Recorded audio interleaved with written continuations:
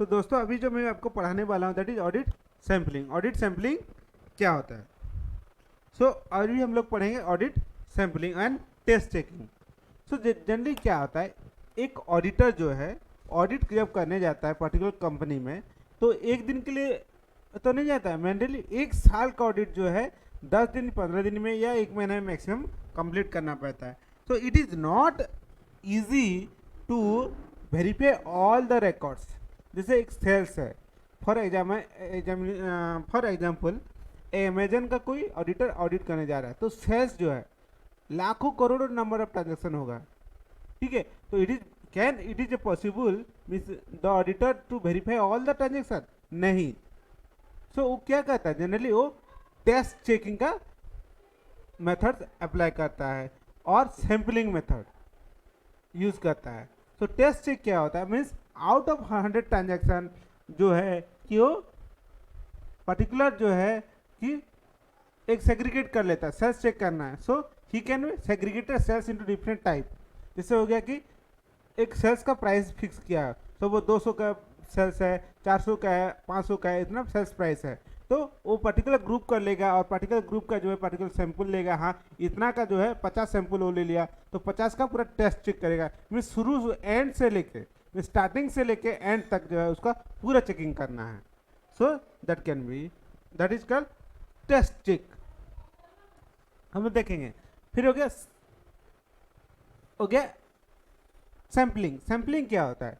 Simple बात है, आप घर में देखोगे मम्मी खाना बनाती है। सो इन दैट्स के क्या होता है, मम्मी क्या होता है जब खाना बनाती है, एक चावल का एक दाना जब होता है उसको लेके देखती है कि पूरा चावल सिझा है कि नहीं सिझा है, मीन्स पूरा चावल हो गया है कि नहीं हुआ है। So that is called sampling. Means by total population, और टोटल आप जो है out of population you take something, और एक कुछ जो पोर्शन आप लेके पूरा जो पॉपुलेशन का आप अपना व्यू देते हो उसके बारे में, but that is called sampling. जैसे बहुत सारे एग्जाम्पल है सैम्पलिंग का। जैसे कोल सैम्पलिंग होता है, मीन्स 100 रैक गया है, 100 रैक सप्लाई हुआ है। सो आउट ऑफ 100 रैक 10 या 15 रैक का सैम्पलिंग ले आता है और उसका ग्रेड मेजरमेंट होता है। So that can be sampling. Next हो गया why test check. Test check क्यों किया जाता है? सो जनरली टेस्ट चेक क्यों किया जाता है? क्योंकि टाइम कॉन्स्टेंट है, क्योंकि विद इन द 1 मंथ और 15 डेज ऑडिट रिपोर्ट देना है, और कॉस्ट हर एक अगर ट्रांजेक्शन को अगर मेजर करेंगे तो आपको कॉस्ट ज़्यादा पड़ेगा।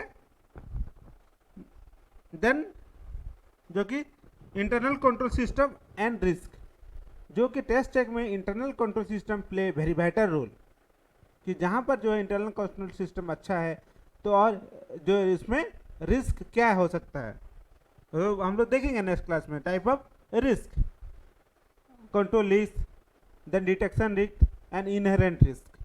सो the risk can be different, so उसको भी हम लोग देखे हैं। और where the test check is not required, there are some transaction where you can't do the test check. Test check आप कर नहीं सकते हो, जैसे हो गया रिलेटेड पार्टी ट्रांजेक्शन हो गया। So in that case you have to go through the all the details. Then आपका होगा loan investment guarantee, inter corporate loan है, तो आप उसको टेस्ट चेक नहीं कर सकते, आपको शुरू से एंड तक देखना होगा। बोर्ड अप्रूवल लिया है कि नहीं, शेयर होल्डर का अप्रूवल रिकॉर्ड है कि नहीं है, ठीक है, तो कितना % है, डिटेल आपको प्रोविजन को चेक करना पड़ेगा।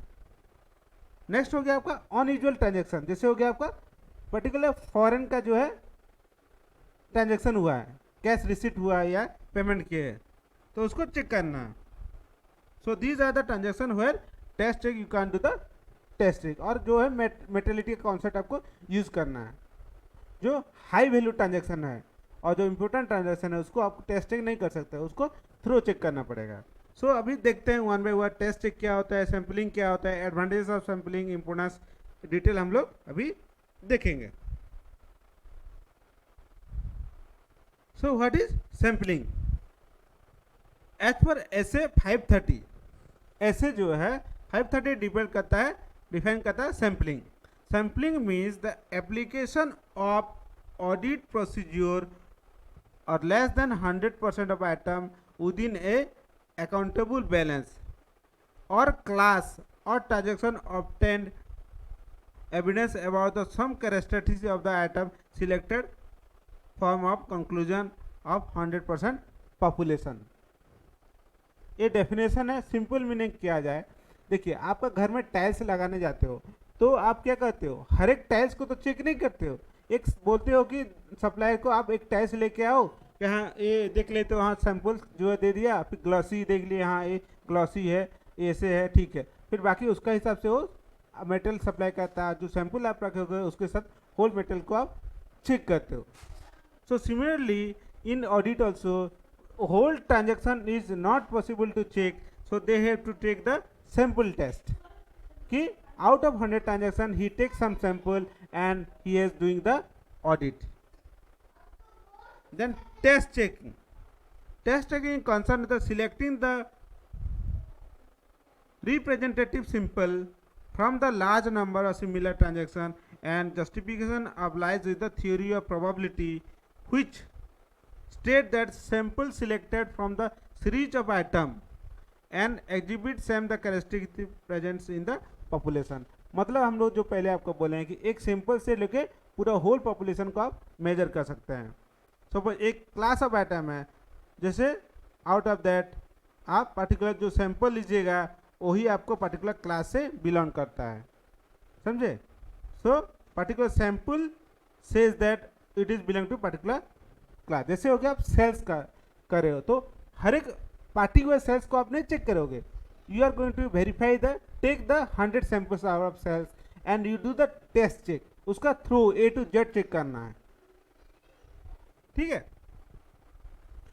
सो व्हाई टेस्ट चेक रिक्वायर्ड, क्यों चाहिए, why test check required, why. मेरा हैंडराइटिंग थोड़ा सा खराब है बट कोशिश कीजिए, try to understand.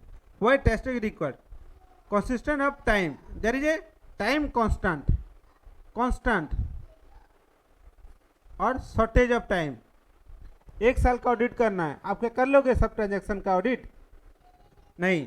Then cost, the cost involve for particular transaction doing the audit में भी increase.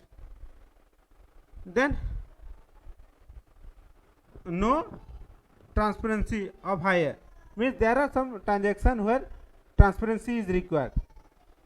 Then internal control is system is high, mean जो जहाँ पर इंटरनल कंट्रोल सिस्टम है, एग्जिट कर रहा है और एफिशिएंटली काम कर रहा है, वहाँ पर जो है कि क्या टेस्ट चेक करना जो है ठीक है, but you can rely on internal control system and it is good, and उस पर रिस्क क्या हो जाएगा, कम हो जाएगा. Then test check is not required, where test check is not required, कहाँ नहीं चाहिए test check. Generally related party transaction हो गया और अनयूजुअल ट्रांजैक्शन, जैसे मैंने आपको पहले एग्जांपल दिया था, जैसे आप फॉरेन से माल खरीद रहे हो, any remittance from the foreign और any high volume transaction means amount बहुत ज़्यादा है, और any materiality concept means materiality concept आपको चेक करना पड़ेगा, और फॉरेन ट्रांजैक्शन और year end transaction means last year closing balance, जब ओपनिंग बैलेंस लोगे तो आप टेस्ट चेक नहीं कर सकते, आपको टोटल ट्रांजैक्शन को चेक करना पड़ेगा इंडिविजुअल, ठीक है. So this is all about the test check. Then importance of SA 530, जो आपका SA 530 सैम्पलिंग डिटरमिन करता है, क्या इंपोर्टेंस है. तो sample design and size of selection of item for testing, means आपका साइज ऑफ सैंपल कितना होना चाहिए. मीन्स सपोज 1 लाख ट्रांजैक्शन है तो 1 लाख ट्रांजैक्शन में क्या 50 ट्रांजैक्शन खाली चेक करोगे? नहीं. तो आपको डिपेंड करेगा the size of the transaction. As per the size of transaction आपका सैंपल जो है उसी हिसाब से लेना पड़ेगा. Then design the audit sample means how you are going to take the sample, कि what will be the approach of the particular collecting the sample.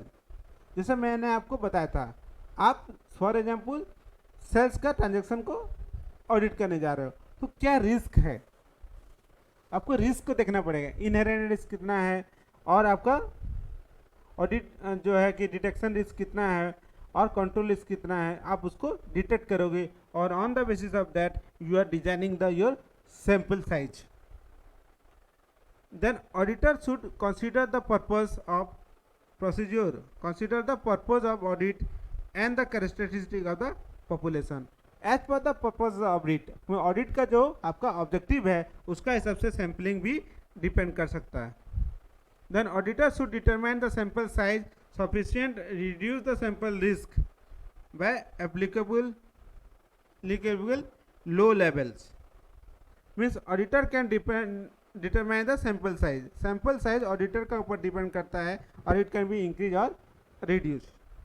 Then auditor should select the item for sample such as why that sample unit or population has changed the selections.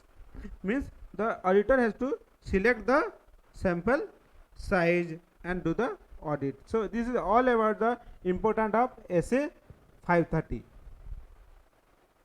Next, advantages of sampling. So what is the advantages of sampling? आप sampling करते हो तो क्या फायदा होता है? So what is the advantages?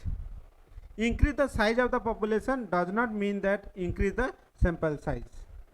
Means अगर size of the population ज़्यादा है तो it doesn't mean the increase of the sample size. ये हो सकता है कि आपका total population जो है means 100 cells का जो है 1000 cells है तो आप उसमें से for आप एग्जाम्पल लिए 200 आप सैंपल ले लिए. सो ये हो सकता है कि it depend on the population. But आपका फॉर एग्जाम्पल सेल्स का जो ट्रांजेक्शन आपका हो गया 1,00,000 तो सैंपल साइज क्या 200 रखोगे, क्या इसको बढ़ा सकते हो?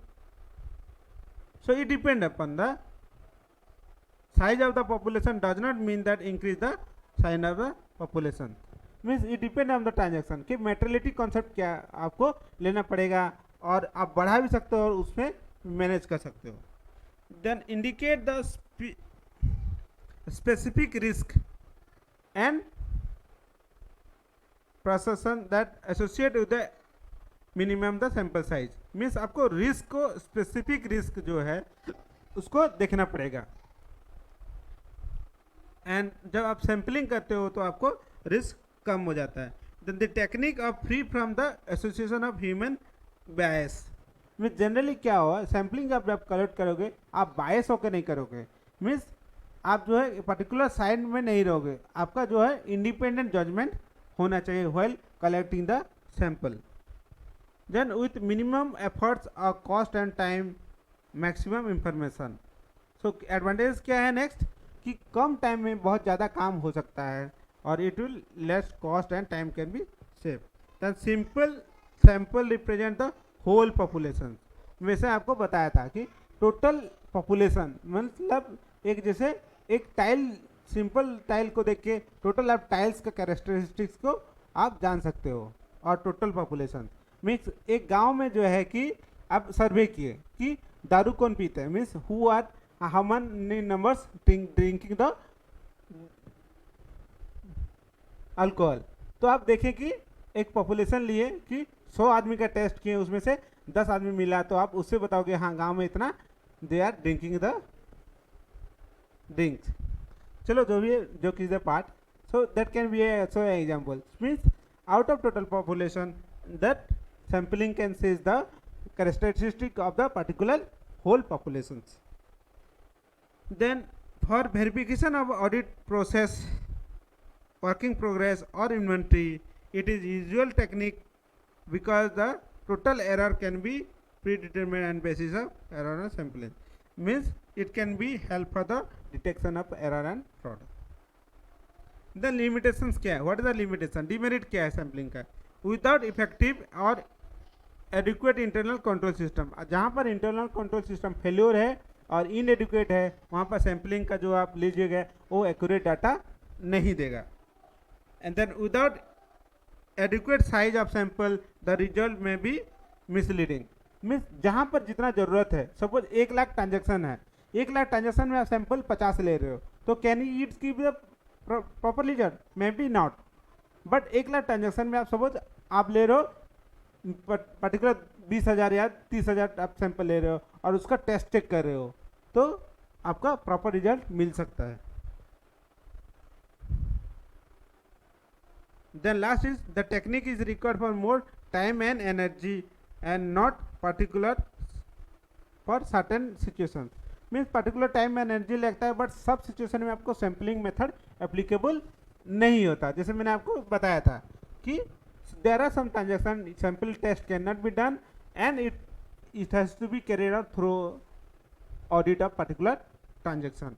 देन एक्सपर्टाइज नॉलेज, यहाँ पर लिखा है expert knowledge is required. Mean sometime expert knowledge is required for doing the sampling. अगर आपका एक्सपर्टाइज नहीं है तो सैम्पलिंग नहीं कर सकते हो। देन मेथड ऑफ सैम्पलिंग जैसे हो गया judgement sampling. Judgement sampling means on the basis of experience the sampling is taken. The sample size is determined on the basis of personal experience और knowledge of the auditor.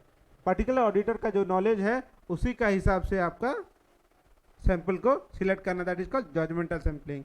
Then statistical sampling जैसे हो गया scientific approach. Statistical sampling जो है ये more scientific approach है और involve application of mathematical techniques और प्रोबेबिलिटी और रैंडम नंबर टेबल्स। जो है कि ये प्रोबेबिलिटी टेक्निक्स जो है यूज करके हम लोग सैम्पलिंग लेते हैं, it is the more accurate rather than your judgemental sampling और रैंडम सैम्पलिंग। जो रैंडम सैम्पलिंग देने के लिए और एक मेथड है जो कि एप्लीकेबल होता ही नहीं है, अभी के ज़माने में होता ही नहीं है क्योंकि रिस्क ज़्यादा है। So this is all about the samplings. So what is the difference between sampling and your test check? एक डिफरेंस देखते हैं, बहुत इंपॉर्टेंट है। सो फर्स्ट हो गया test check and statistical sampling. So selection of the transaction are verified. Mean selective transaction और verified mean जो भी सिलेक्टेड ट्रांजेक्शन हो ए टू जेड। जैसे सेल्स में आप 200 ट्रांजेक्शन को सिलेक्ट किए तो उसका ए टू जेड सेल्स का इनिशिएटिव से लेके उसका कंक्लूजन तक जो बुकिंग होने तक पूरा सब चेक करना। But statistical sampling draw the sample from the large transaction. Means out of a 1 lakh transaction you are choosing suppose 200, that is called sampling. Then technique, a specific technique is used, means no specific technique is used। particular एक technique जो है use नहीं होता है, बस statistical use the random basis. Mean एक monotonous जो system है वो कंटिन्यूस बेसिस पे चलता है। देन सब्जेक्ट क्या है? It is a subject of depend on the choice of the auditor. Means auditor चाहे तो ये टेस्ट चेक कर सकता है और चाहे तो नहीं, but it depend upon the statistical technique और अप्लाई। मीन्स आप जो प्रोबेबिलिटी टेक्निक या पर्टिकुलर यूज होता है आपका रैंडमिंग में, so it is a statistical technique.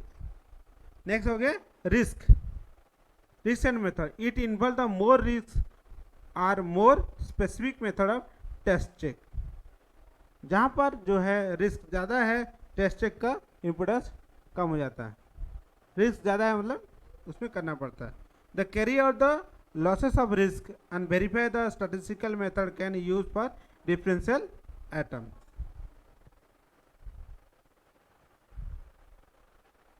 सो ये हो गया total difference between the test check and risk. So thank you friends.